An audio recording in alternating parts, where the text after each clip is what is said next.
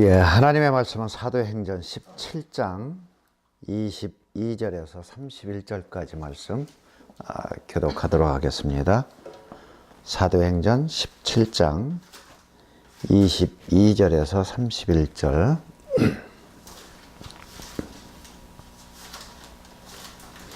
바울이 아레오바고 가운데 서서 말하되 아덴 사람들아 너희를 보니 범사에 종교성이 많도다. 내가 두루다니며 너희의 위하는 것들을 보다가 알지 못하는 신에게라고 새긴 단도 보았으니 그런즉 너희가 알지 못하고 위하는 그것을 내가 너희에게 알게 하리라. 우주와 그 가운데 있는 만유를 지으신 신께서는 천지의 주제시니 손으로 지은 전에 계시지 아니하시고 또 무엇이 부족한 것처럼 사람의 손으로 섬김을 받으시는 것이 아니니 이는 만민에게 생명과 호흡과 만물을 친히 주시는 자심이니라. 인류의 모든 족속을 한 혈통으로 만드사 온 땅에 거하게 하시고 저희의 연대를 정하시며 거주의 경계를 하나셨으니 이런 사람으로 하나님을 혹 더듬어 찾아 발견케 하려 하심이로되 그는 우리 각 사람에게 멀리 떠나 계시지 아니하도다. 우리가 그를 힘입어 살며 기동하며 있느니라. 너희 시인 중에도 어떤 사람들의 말과 같이 우리가 그의 소생이라 하니 이와 같이 신의 소생이 되었은즉 신은 금이나 은이나 돌에나 사람의 기술과 고안으로 새긴 것들과 같이 여길 것이 아니니라.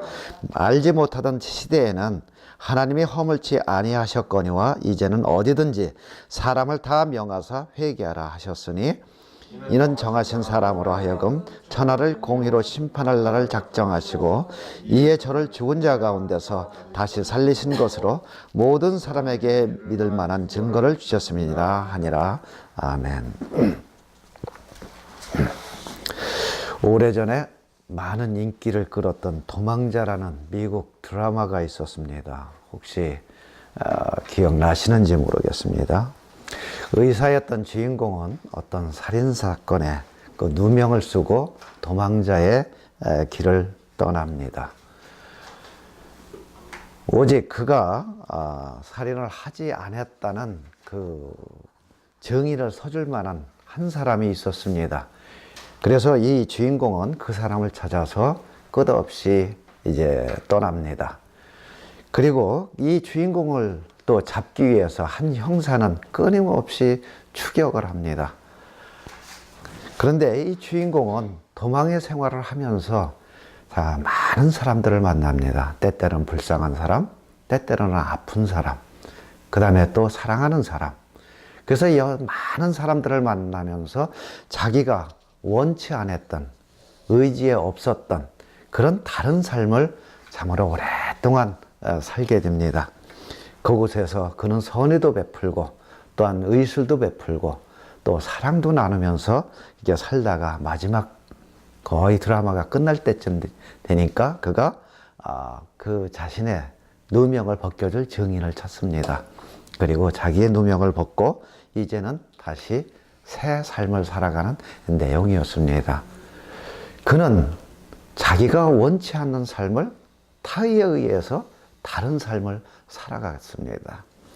여러분이나 여러분이나 저나 이 세상에 존재하는 모든 사람들은 자기의 계획과 자기의 의지와 생각대로 지금까지 살아오고 또 앞으로 살아간다고 우리는 장담을 하지 못합니다. 아무도 그렇게 살지는 못했을 겁니다. 단지 우리는 살아가면서 타의에 의해서 어떤 환경에 의해서 내가 원하지 않은 다른 삶을 살아가게 됩니다. 사도 바울이 그랬죠. 바로 지난주에 우리 살펴본 말씀 비시디아 안디옥 회당에서 하나님의 말씀을 전하다가 그를 반대하는 유대인들에 의해서 그 또한 그 안디옥에 머물지 못하고 도망자의 모습으로다가 다른 지역으로 가게 됩니다. 저는 사도 바울의 이 전도 사역을 행로를 하나씩 살펴보면서 사도 바울은 자신이 원했던 길이 아니라 결국에는 하나님에 의해서 자신의 길을 갈 수밖에 없는, 어떻게 보면 조금 아까 이야기했던 그 도망자의 삶과 비슷한 삶을 살지 않았나 그렇게 생각해 봅니다.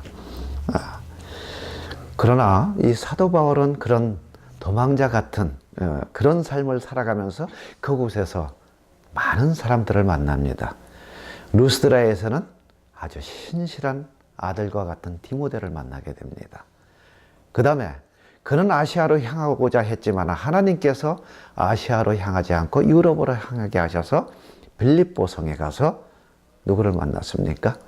루디아를 만납니다. 그래서 루디아 집에서 첫 번째 유럽의 교회를 세우게 되죠. 그리고 그 교회를 통해서 사도 바울이 전도 여행을 다닐 때 가장 많이 사랑을 받고 물질적으로 가장 많이 공급을 받았던 빌립보 교회가 그곳에 세워지게 됩니다. 그리고 고린도에 가서는 유명한 하나님의 일꾼인 세 사람을 만납니다. 한 부부, 브리스길라와 그 다음에 아굴라를 만나게 됩니다. 그 다음에 또 한 사람, 아주 유명한 사람이죠. 성경으로는 유대인과 대화를 나눠서 이길 만한 사람이 아무도 없이 성경의 해박한 지식을 가지고 있는 아볼로를 만나게 됩니다. 그것이 사도 바울의 선교 여행의 여정이었습니다.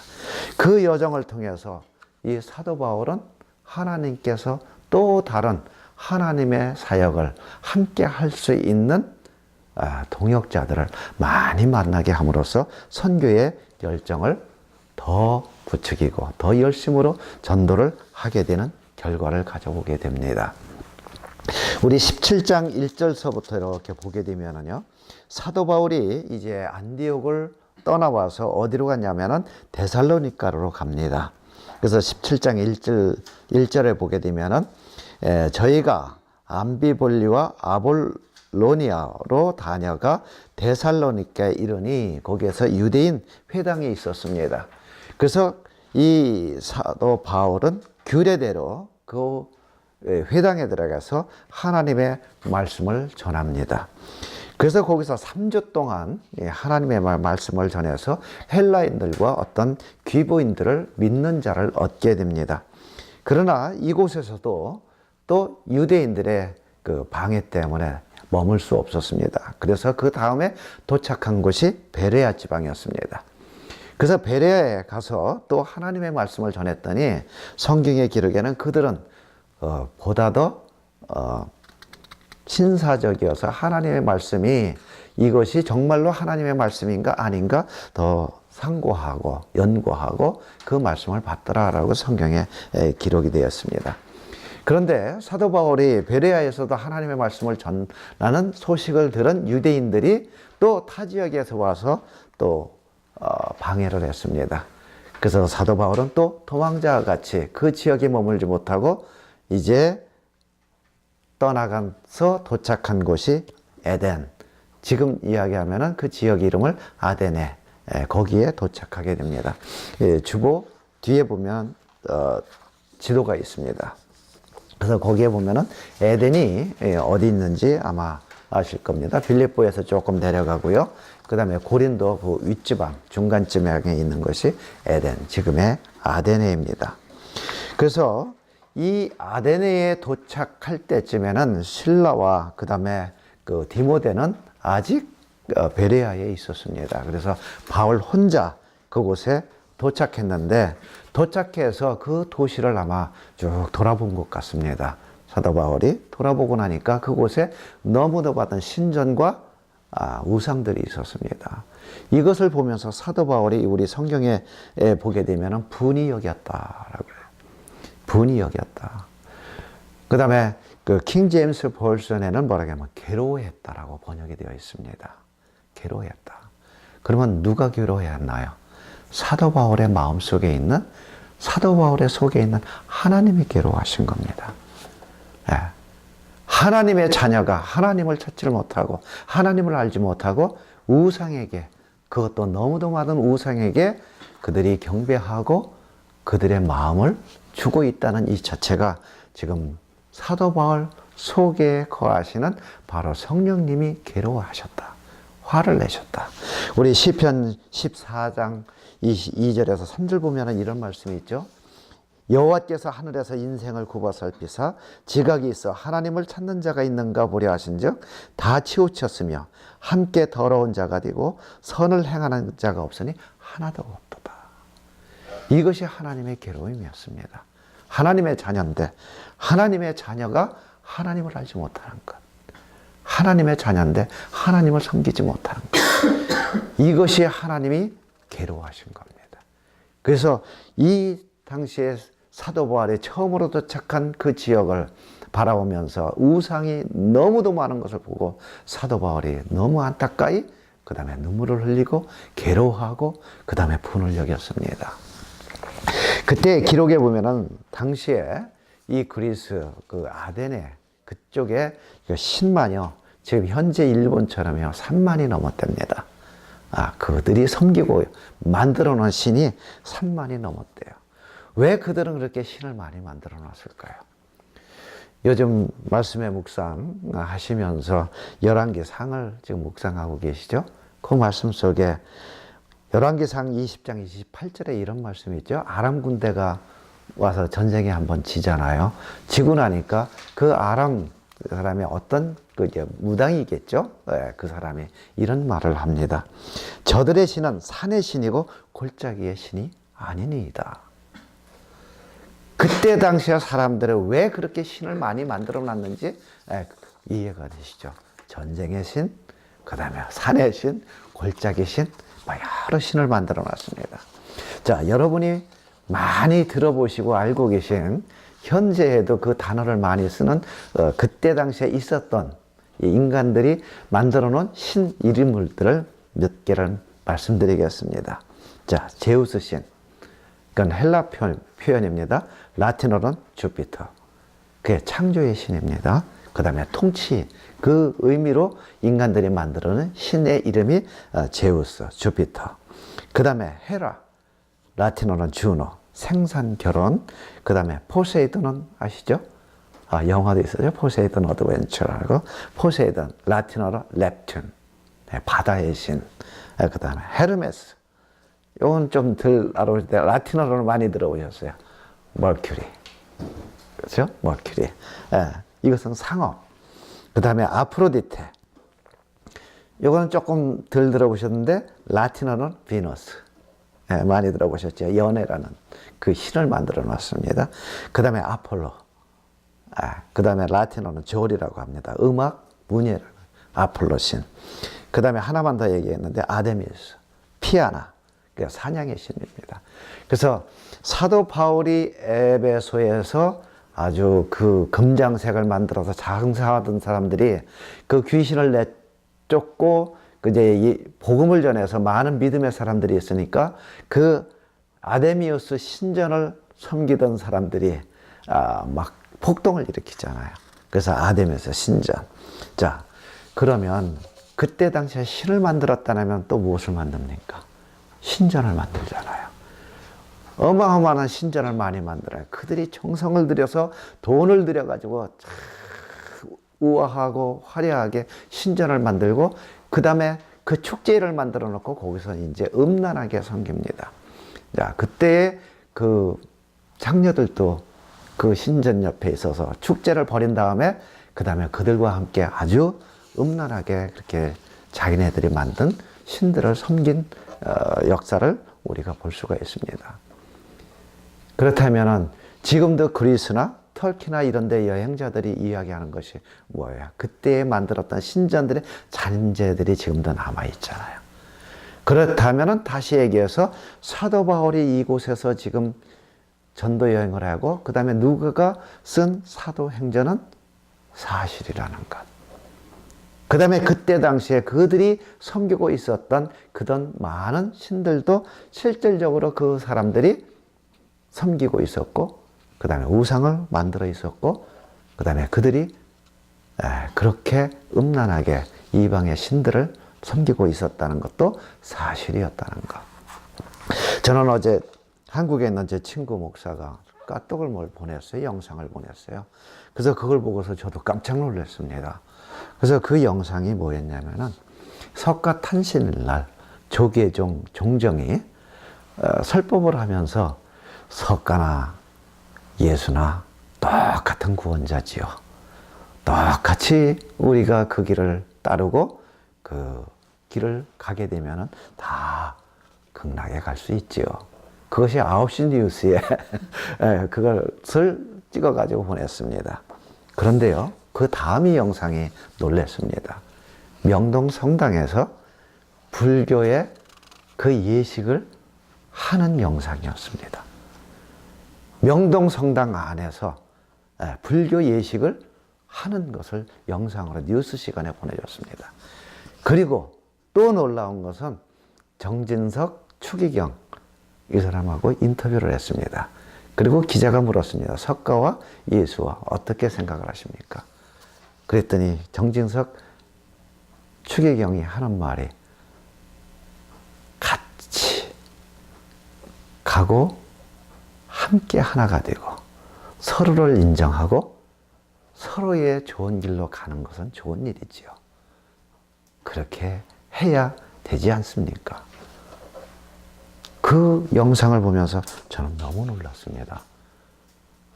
예수를 믿는 사람들이 성경에서 나 외에 다른 신을 섬기지 말라는 하나님의 말씀이 분명히 그들도 사용하고 읽고 외우고 있는 그 말씀을 어찌 그렇게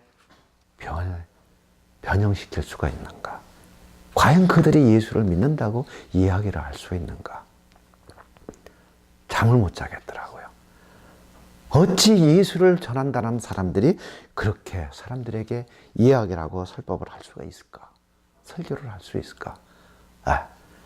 그 당시만 뿐만 아니라 지금도 그런 사람들이 왜 그렇게 많은가?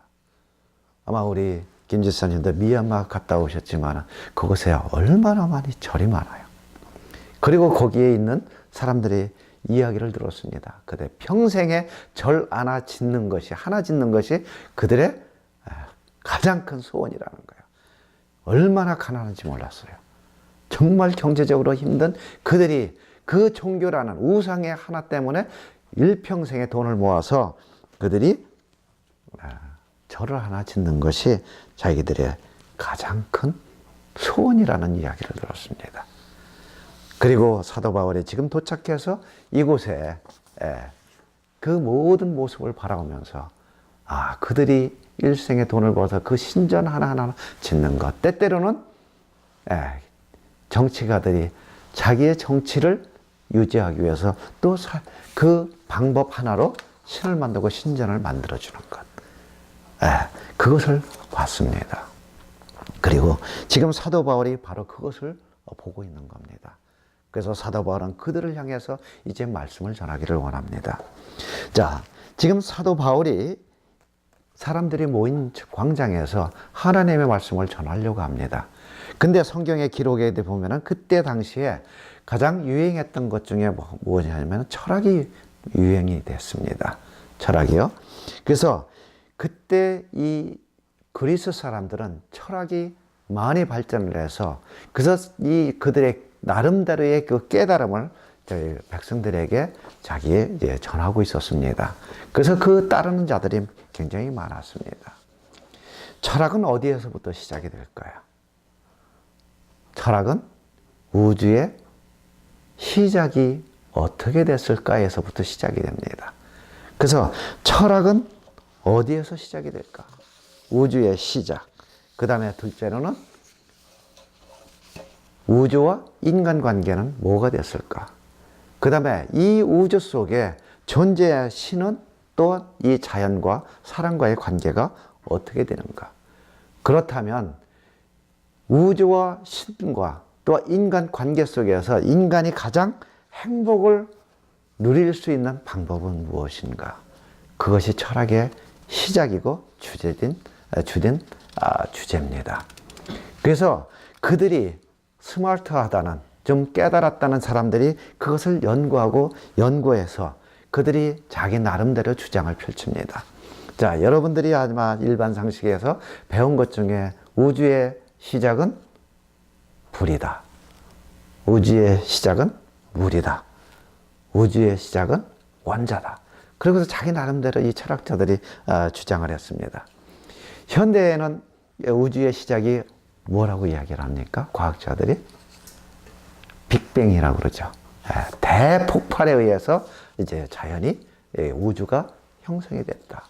그래서 우주는 계속해서 팽창이 되고 있다는 겁니다. 근데 이것은 과학적으로 증명이 됐습니다.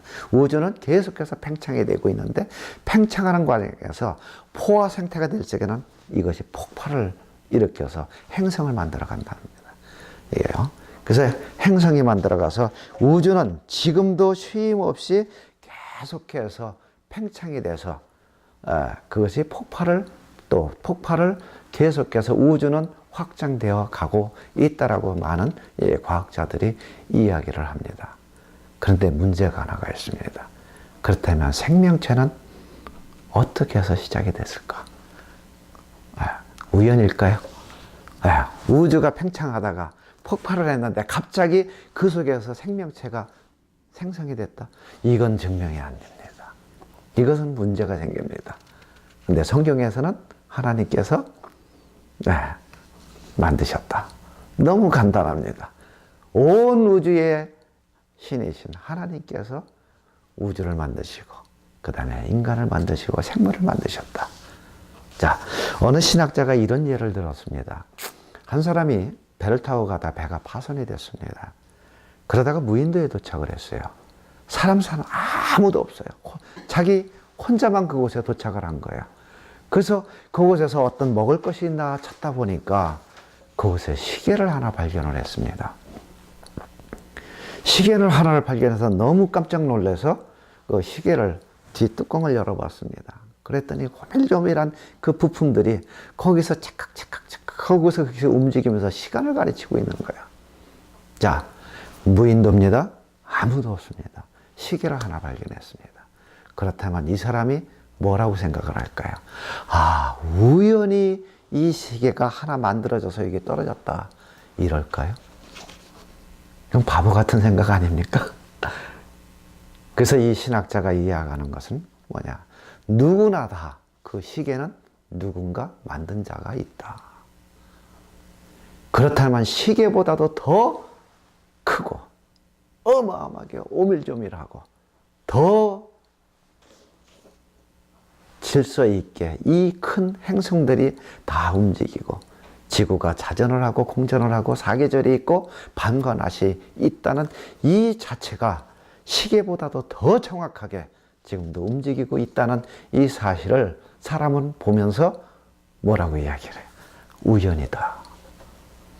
우연이다. 아니라는 거죠. 그래서 이 신학자는 그렇게 이야기를 합니다.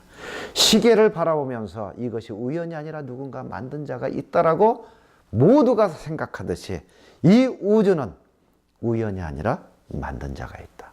그리고 지금도 운행하는 신이 있다. 그분이 바로 하나님이라는 거죠. 그분이 바로 하나님이라는 거죠. 그래서 이때 당시에 유행했던 그 철학이 두 파가 있었습니다. 하나는 에피쿠로스 학파였고요. 18절 한번 보시면 거기에 나옵니다. 18절은 그곳에 이같이 여러 날을 17장 18절이요. 그 18절에 보면 어떤 에바 구레오와 스토이고 철학자들도 여기서 두 학파가 나오죠. 그래서 여기서는 에피쿠로스 학파와 그 다음에 스토아 학파 두 학파가 나옵니다. 근데 이 두 학파가요 굉장히 주장하는 그 주제가 달랐습니다. 자, 에피쿠로스 학파가 주장했던 그 주장들의 몇 구절들을 제가 읽어 드릴게요. 자, 행복은 다름 아니라 쾌락이고 쾌락은 유일한 선이고 고통은 악이다. 그 다음에 인간이 추구해야 할 최고 목표는 쾌락이다. 현재를 잡아라. 현재를 즐겨라. 그 다음에 에피쿠로스 그 학파의 그 학교에 문 앞에 써있던 그 구절이 바로 이거였습니다. 나그네여 여기야말로 당신이 머무를 진정 좋은 곳이요 여기에서 우리가 추구해야 할 최고의 선은 즐거움이다. 그래서 에피쿠로스 학파가 주장했던 것은 쾌락이었습니다. 그래서 인간의 최고의 행복을 누리기 위해서는 쾌락을, 그러니까 즐겨라. 인생을 즐겨라. 그렇다고 해서 육적인 즐거움만을, 쾌락만을 추구한 것은 아니었습니다. 그 외에 우리가 인생들이 즐겨야 될 모든 것들을 즐겨야 우리는 인간들의 최고의 행복을 누릴 수 있다라고 했던 그 학파가 바로 에피쿠로스 학파의 주장이었습니다. 그렇다면은 사도 바울이 고린도전서 15장 32절의 말씀, 죽은 자가 다시 살지 못할 것이면 내일 죽을 터이니 먹고 마시자 하리라. 예수를 알지 못하는 사람들, 자신의 인생의 행복을 찾아서 뭐를 찾아서요? 쾌락을 찾아서, 오직 쾌락만을 찾아서 살고자 하는 것이 지금 이때의 그 철학의 잔재들이 남아있다는 거 아니에요? 그렇죠? 철학의 잔재들이 남아있어요. 그 다음에 두 번째로는 스토아 학파입니다. 그래서 여기서 왜 스토아 학파라고 했냐면, 그때 스토아 학파를 창조했던 사람이 제논이라는 철학자입니다. 근데 그 사람들이 한 집을 지어놓고, 어떤 학교 같은 집을, 회당을 지어놓고 그곳에서 가르쳤습니다. 그래서 그 회당의 이름이 페인텔 스토아라고 그 회당의 이름을 줬습니다. 그래서 스토아 학파. 그래서 스토아 학파는 로고스를 중심으로 하고 감성을 무시합니다. 그래서 사람이 죽고 살고 이거 감정을 나타내면 안 된다는 겁니다. 전쟁에서 많은 사람이 죽고 살고 이것도 감정을 나타내지 말고 그냥 이성적으로 당연한 거지. 사람이 싸우다 보면 죽을 수도 있고, 그 다음에 사람이 살다 보면 아플 수도 있고 죽을 수도 있고, 그리고 이 사람들은 뭐냐면 금욕주의자들이었습니다. 그래서 그 중에 가장 유명한 철학자가 소크라테스예요.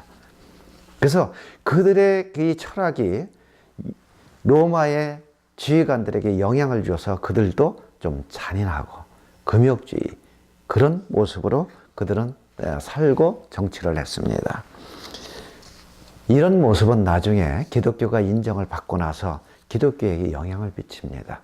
그래서 기독교인들 중에서 금욕적인, 결혼도, 먹는 것도, 옷도, 생활도 다 금욕적인 모습으로 살아가는 것이 가장 고상한 신앙인이고 가장 위대한 신앙인이라는 그런 때가 있었습니다. 그래서 사람 속에 안 살고 깊은 곳에 들어가서, 아니면은 어떤 수도원에 들어가서 그런 금욕적인 생활을 하는 것이 가장 하나님이 기뻐하시는 신앙생활이라는 것이 이때의 그 스토아 학파의 철학의 그 잔재들이 남은 겁니다. 그래서 신부들이 독신으로 사는 것도 그 철학의 한 형태가 지금까지 남아 있는 겁니다. 저는 신학교 다닐 적에 철학 그 과목을 한 세미스터를 들었습니다. 다 미친 사람들의 주장이었어요. 철학을 이렇게 책들을 쭉 읽어보면서 그냥 미친 사람들의, 정신 이상자들의, 딱 하나만 얘기를 해볼게요. 그때 저도 지금도 이건 정말 정신 이상 되는 사람들이 하는 이야기가 아닌가. 현존하는 실제는 실존하는 실제가 아니라 모두가 허상일 뿐이다. 무슨 얘기인가 아세요? 여러분들이 볼 수 있는, 보고 있는 모든 실제는 허상이라는 거예요. 저 의자도, 사람도, 나무도 모두가 다 이게 허상만 중에 우리가 보고 있다는 거예요. 실제는 그 속에 담겨져 있는 다른 게 있다는 거예요. 그래서 모든 인간은 그 속에 숨겨져 있는 실제를 발견해야만 진정한 행복을 누리며 살 수 있다라고 그들이 주장을 한 겁니다. 그래서 이들이 있는 그 아테네에 바울은 도착을 했습니다. 그리고 사도 바울을 이제 보게 되면은 사도 바울의 그곳에 도착해서 밤과 낮 만나는 사람들 회당에 들어가서 한없이 전도를 했습니다. 저는 그것을 보면서 와, 사도 바울은 정말 대단한 사람이다. 처음에 방문자, 저작거리에서 만나는 사람에게 복음을 전하는 거예요. 그러다 보니까 조금 유명해졌어요. 저 미친 사람, 아니면은 다른 신을 전하는 사람이 있다. 그래서 그곳에서 이제 하나님의 말씀을 선포할 수 있는 이제 그 기회를 갖습니다. 그래서 거기에 철학자들이라든가 사람들이 이제 그가 무슨 말을 하는지 한번 이야기를 해봐라 하고서 이제 이야기를 합니다. 자, 그러면은 19절에 보게 되면은 이겁니다. 자, 사도 바울을 붙들어서 가지고 아래 오박으로 가며 말하기를 우리가 너희 말하는 이 세교가 무엇인지 알 수 있겠느냐? 내가 무슨 이상한 것을 우리 귀에 들려주니 그 무슨 뜻인지 알고자 하노라 하니 모든 아덴 사람과 거기서 나그네 된 애국인들이 가장 새로 되는 것을 말하고 듣는 이 외에 달리는 시간을 쓰지 아니함이라.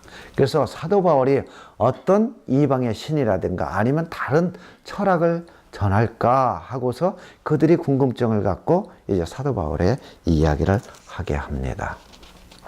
그래서 저는 이 말씀을 읽고 또 읽으면서 사도 바울의 이 설교의 위대성은 바로 이거였습니다.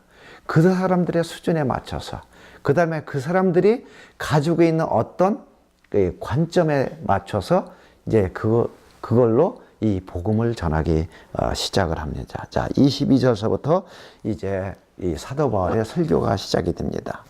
자, 바울이 아레오바고 가운데 서서 말하되 아덴 사람들아 너희를 보니 범사에 종교성이 많도다. 사실이잖아요. 그들이 그렇게 수많은 신을 만들고 우상을 만들고 신전을 세우다 보니까 그들에게는 엄청나게 그 신들을 새롭게 다가오는 만들어놓은 신을 또 섬기기 시작을 해요. 그러다 보니까 사도 바울이 그들에게 너희들 참 종교성이 많다. 그건 어떻게 보면 칭찬을 하는 거잖아요. 종교성이 참 많구나. 그래서 그들의 귀를 기울이도록 이제 자신이 전하는 예수님을 이제 전하기 시작합니다. 그 다음에 22절 바울이 23절이요. 내가 두루다니며 너희의 위하는 것들을 보다가 알지 못하는 신에게로 새긴 단도 보았으니 그래서 알지 못하는 신. 너희들이 지금 신을 만드는데 또 알지 못하는 어떤 신이 있구나. 그 신에 대해서 내가 얘기를 해줄 거야. 근데 실질은 그 신이 아니잖아요. 그들이 신은 다른 신이었지만 사도 바울은 그곳의 관점을 갖고 너희들이 알지 못하는 신을 내가 이야기를 해줄게. 그러다 보니까 듣는 자들에게 궁금증을 더 갖게 되죠. 그래서 그 알지 못하는 신을 너희들에게 내가 전하겠다. 24절 우주와 그 가운데 있는 만유를 지으신 신께서는 천지의 주제시니 손으로 지은 전에 계시지 아니하시고. 자, 이 말씀은 뭐냐면 너희들이 지금까지 철학자들이 가지고 있는 우주의 시작은 물이다, 불이다, 그 다음에 여러 가지 방법으로 이야기를 하지만은 이 모든 우주를 지으신 그 신은 내가 전하는, 내가 믿는 그 하나님인데 그 하나님은 니들이 만든 저 신전 안에 계신 그 신이 아니라 멀리 계신 그 신도 아니라 여러분의 가까이 계신 그 하나님이시다. 그러니까 우주를 만드신 하나님은 멀리 계시지도 않고 그 다음에 너희들이 만든 신전 안에 계시지도 않고 그 다음에 가까이 너희 속에 계신 분이다. 자, 그 다음에 25절 또 무엇이 부족한 것처럼 사람의 손으로 섬김을 받으시는 것이 아니니 이는 만민에게 생명과 호흡과 만물을 친히 주시는 자이심이라. 자, 이 말씀에도 뭡니까? 사람 손으로 지은 것, 그 다음 우상이죠. 그러니까 우상 자체가 이것이 우주를 만든 신이 아니라 바로 하나님께서 여러분의 생명과 나의 생명을 주신 바로 그 하나님입니다. 그 다음에 26절 인류의 모든 족속을 한 혈통으로 만드사 온 땅에 거하게 하시고 저희 연대를 정하시며 거주의 형제를 하나셨으니. 자, 이 이야기는 여러분이나 나나 같은 형제라는 뜻이에요. 여러분과 나의 조상으로 올라가게 되면 우리는 한 사람으로부터 시작이 되는데 그 한 사람은 하나님이 만드셨다는 거죠. 그 다음에 그 뒤에 말씀 뭐냐면 너희들이 그러면 역으로 다시 여러분의 조상으로 올라가게 되면은 결국에는 아담으로 시작이 됐다는 것을 너희들이 발견할 수 있다는 거야. 그래서 단지 여러분의 시대와 사는 지역만 경계를 삼았을 뿐이지 우리의 모든 혈통은 하나님이 만드신 한 혈통이고 한 형제고 우리는 하나라는 거예요. 그러니까 사도 바울이 지금 그들이 가지고 있는 어떤 관점을 가지고 역으로 예수를 지금 전하고 있는 겁니다. 네. 그래서 27절에 이는 사람으로 하나님을 혹 더듬어 찾아 발견케 하려 하심이로되 그는 우리 각 사람에게 멀리 떠나 계시지 아니하도다. 우리가 그를 힘입어 살며 기동하며 있느니라. 너희 시인 중에도 어떤 사람들의 말과 같이 우리가 그의 소생이라 하니, 그때 유명한 시인의 그 시가 있었습니다. 그래서 그 시인도 이제 우리도 그 신이 하나님의 우리는 자녀다. 29절이요. 이와 같이 신의 소생이 되었은즉 신을 금이나 은이나 돌에다 사람의 기술과 고안으로 새긴 것들과 같이 여길 것이 아니니 알지 못하던 시대에는 하나님의 허물치 아니하셨거니와 이제는 어디든지 사람을 다 명하사 회개하라 하셨으니. 자, 너희들이 지금까지는 너희들이 신을 만들고 우상을 만들고 신전을 만들어서 그곳에서 섬기고 있었지만은 우리의 시작은 하나님께서 생명을 주시고 창조하신 우주 속에 아담과 하와를 주셨고 그곳에서부터 여러분과 나는 한 혈통이며, 그 다음에 여러분들이 지금까지 만드는 우상이 신이 아니라 그것은 단지 조각품에 지나지 않는다. 자, 지금까지 여러분의 모든 삶은 알지 못하고 했기 때문에 하나님께서 화물치 않으신다. 징계하시지 않는다. 벌을 내리지 않는다. 그러나 이제부터 내가 전하는 참 하나님인 이분을 믿고 회개하고 돌아오게 되면 하나님께서 여러분을 받아주시고 용서해 주신다. 그러니 여러분은 이제부터 내가 전하는 예수 그리스도의 그 복음 안에서 믿고 회개하고 구원받아 하나님의 신실한 자녀가 되기를 원한다. 그리고 나서 사도 바울이 마지막에 뭐라고 합니까? 이제 30절에 알지 못하던 시대에는 하나님이 허물치 아니하셨거니와 이제는 어디든지 사람을 다 명하사 회개라 하셨으니 이는 정하신 사람으로 하여금 천하를 공의로 심판할 날이 있다. 심판을 정하신 겁니다. 자, 이제 너희들이 회개하고 돌아오면 하나님께서 정하신 심판의 날이 있는데 그 심판의 날에 여러분께서 정말 영원한 생명을 갖고 살기 위해서는 이제 회개하고 돌아오라. 지금까지 여러분의 모든 삶은 하나님께서 용서해 주신다. 절대로 허물지 아니하신다. 하나님 안에서 이제는 여러분이 돌아와서 하나님의 자녀로 돌아오기를 원한다. 우리가 예수를 알지 못하는,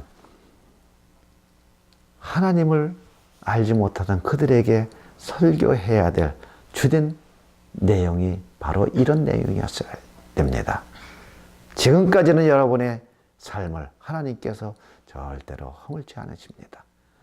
단지 십자가에 나와서 예수 그리스도의 십자가에서 용서하신 그 용서가 여러분의 모든 죄를 용서하시고 이제는 하나님의 신실한 자녀로 불러주십니다. 그리고 영원한 생명을 여러분에게 주십니다. 이것이 바로 사도 바울이 아데네에서 했던 설교의 내용입니다. 그 내용은 지금도 그 다음에 주님이 오시는 그날까지 계속해서 선포되어야 될 줄로 믿습니다. 저는 이 말씀 속에서 세 가지를 저는 깨달았습니다. 그리고 여러분에게 그렇게 깨닫기를 원합니다. 첫째는 그들이 만들어 놨던 신전과 우상들은 지금도 유물로 남아 있습니다. 그렇다면 사도 바울이 이때 당시에 했던 모든 선교의 사역이나 내용이나 동역자들이나 이것도 사실이라는 거죠. 역사적인 사실로 그때 당시에 분명히 예수께서는 살아계셨고 바울을 만나주셨고 바울의 발걸음을 다 인도하셨다는 것도 사실이라는 것을 우리는 인정해야 될 줄 압니다. 그 다음에 두 번째요. 사도 바울의 복음의 열정이에요. 사도 바울의 복음의 열정이 얼마나 대단했는지 우리 함께 17절 같이 읽어볼까요? 얼마나 대단했는지 우리는 본받아야 될 줄로 합니다. 17절 시작. 회당에서는 유대인들과 경건한 사람들과 또 저자에서는 날마다 만나는 사람들과 변론하니. 예. 회당에서는 하나님의 말씀을 유대인과 경건한 사람들에게, 그 다음에 길거리에서는 예수를 믿는 사람들에게, 예수를 그 사람들에게 끝없이 전도했다는 것. 이것이 얼마나 사도 바울이 복음에 미친 사람이었는가. 우리 또한 그렇게 살아야 되지 않는가. 그 다음에 세 번째로는요, 아까 처음에 말씀드렸던 것처럼 여러분의 삶 속에서 우리는 예기치 않던 어떤 사건이나 환경 때문에 내가 다른 방향으로 살아갈 때가 많이 있습니다. 그때 그것이 더 좋은 길이라면 감사하겠지만, 그것이 더 힘든 길이라도 이것이 하나님의 은혜구나, 이것이 하나님의 사랑이구나, 그러면서 그곳에 하나님 앞에 더 감사하고 하나님 앞에 더 엎드리고, 그 다음에 그 길을 하나님이 인도해 주셨다는 은혜의 길이라고 인정하면서 우리는 기쁨으로 감당한다는 것. 사도 바울 이 선교 여행의 길에서요, 그가 그렇게 많은 역경과 고난을 받았지만 원망하는 말씀은 하나도 없어요. 그렇죠? 다른 지역에 가서 또 바로 그가 복음 사역을 했다는 것, 얼마나 대단한지 몰라요. 바로 이런 모습으로 살아가는 것이 사도 바울의 복음 사역을 본받는 삶이라고 저는 믿습니다. 기도하겠습니다.